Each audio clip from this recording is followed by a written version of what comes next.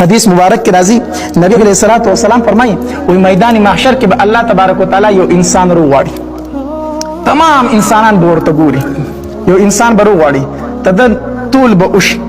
د نیکو طول به د وشي نو د په نیکو کې به صرف یو نیکی کم شي یو نیکی به کم شي خو هغه نیکی د نیکو په چابړي کې خو د شنو د نیکی سکیږي درنیږي ګناونه سپکیږي خو د یوې نیکی صرف ضرورت ده یوې نیکی الله تبارک وتعالى به دې بنده ته وي بنده صرف یو نیکی دې کم ده یو نیکی دې کم ده ورنه جنت ته دې بیا ما خدا نیکی پیدا کول غواړي نو دی به الله یو نیکی څه شه دي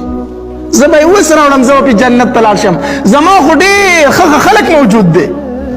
پلار به لاړ شي په بچي پسې بچیا ما ته د یوې نیکۍ ضرورت دی ځکه دا خو به و چې زما ډېر ښه اولادو ما وله ډېره په دنیا کې جمع کړې وه یوه نیکي څه شی ده زه به یې اوس راوړم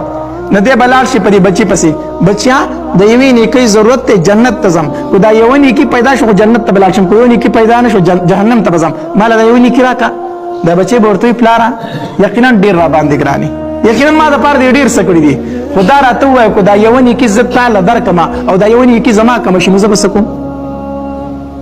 که دا یوه نیکي زما کمه شي زه به څه کوم پلاره نشم درکولی نیکي دلته نشم درکولی دی به ښه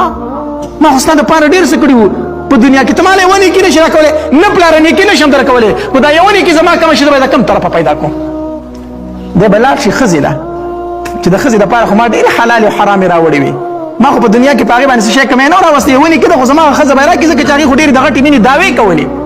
نو دی به دې ښځې ته وایي ښځې یوه نیکۍ ته مې ضرورت دی کو دا دې راکړه جنت ته ځم کو را دې نه کړه جهنم ته ځم ښځه به ورته وایي کو دا یوه نیکي زما کمه شي نو زه به څه کوم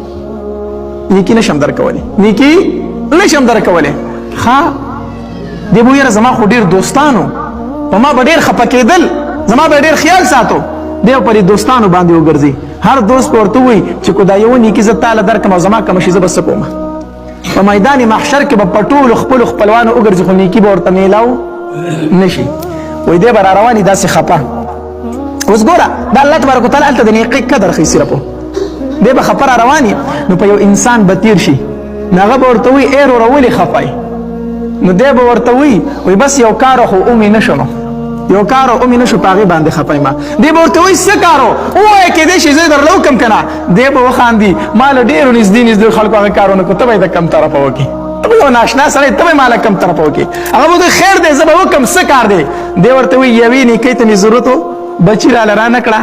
ښځې راله رانه کړه دوستانو راله رانه کړه رشته دارو راله رانه کړه ته به دغه نیکي ما له د کم طرفه راکړي دا انسان به ورته ووایي چې دا زه درکولی شم ځکه زما په عملنامه کې صرف یوه نیکي ده زما په عملنامه کې صرف یوه نیکي ده دکه یوه نیکي ده را سره نور را سره څه شی شته دی نه صرف کلمه مې ویلې دغه یوه نیکي را سره موجود ده نور هیڅ نشته دی نو په دې یوه نیکۍ باندې زه هسې جنت ته نشم تللی خو دا یوه نیکي واله ته خو به په جنت ته لاړ شي ته به چېرته لاړ شي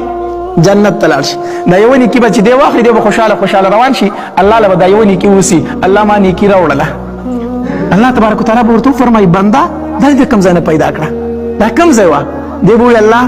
بچي مې رانه کړه ښځې مې رانه کړه رور رانه کړه تمامو رشته دارو رانه کړه چا درکړه بس یو ناشنا سړی و هغه راله راکړه هغه راته وایي چې ما سره دا یوه نیکي ده چې ته پې جنت ته ځې دا واخله او ته پې جنت ته لاړ شه الله تبارک وتعالی به وفرمایي دغه بنده ماله وغواړئ فرشتې به یې حاضر کړي الله تبارک وتعالی به دې نه تپوس کوي بنده دا نیکي دې ولې ورکړه هغه به وایي الله ما سره دا یوه نیکي وه زه پیسې جنت ته نشم تللی ما خو وایي چې دی پې جنت ته لاړ شي چې دی خو د جهنم نه بچ شي ښه تا غیرت وکړو په دو او الله ما پې غیرت وکړو الله تبارک وتعالی به فرمایي زه ستا نه زیات غیرتي یم زه ستا نه زیات غیرتي یم چې تا دې په یوه نیکۍ جنت ته داخل کو زه ته ورسره مفتو کې جنت ته ځه د دې حدیث نه دوه خبرې معلومې شروع نو یوه خبره دا معلومه شوه چې خپل آخرت د بل لپاره ما بربادوي يوم يفر المرء من أخيه وأمه وأبيه وصاحبته وبنيه لكل امرئ منهم يومئذ شأن يغنيه هر انسان بدبل په میدان محشر کې تختی چرته نیکی رانه ونه غواړي خپل آخرت د بل لپاره ما بربادوه حرام ما راوړه کورته